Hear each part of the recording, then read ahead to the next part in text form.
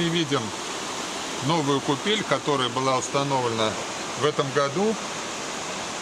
Сток из озера существовал здесь и раньше, но вот вы видите, как его красиво благоустроили.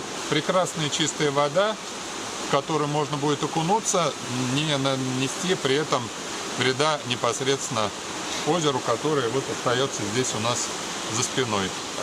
Летом поток рекреантов, поток отдыхающих здесь, конечно, очень большой.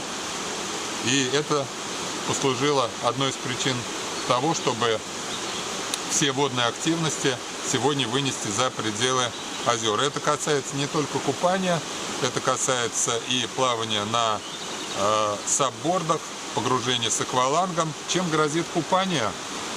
Факторов здесь, наверное, несколько можно назвать. Ну, во-первых, человек, погружаясь в воду, выделяет различные вещества. Это мы с вами прекрасно знаем.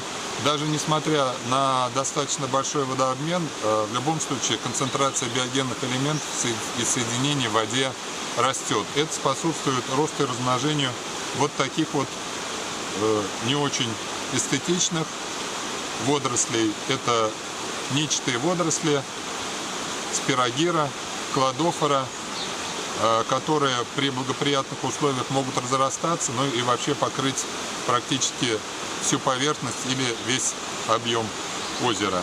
Кроме того, при погружении в воду происходит взмучивание донного ила, что тоже представляет собой негативный фактор воздействия на экосистему озера и на его обитателей. В этом году Раисом Республики Татарстан было дано поручение Академии наук провести здесь комплексные экологические исследования, которые мы начали еще зимой, в начале года.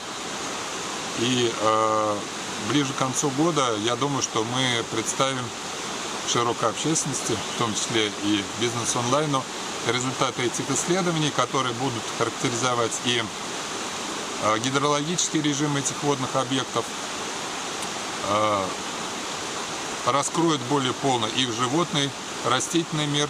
Ну и самое главное, мы дадим нашим исполнительным органам власти максимально подробные, практически природоохранные рекомендации о необходимости регулирования режима посещения этих озер, ну и в целом о том, как эти водные объекты должны дальше развиваться и взаимодействовать с человеком, как регулировать антропогенную нагрузку.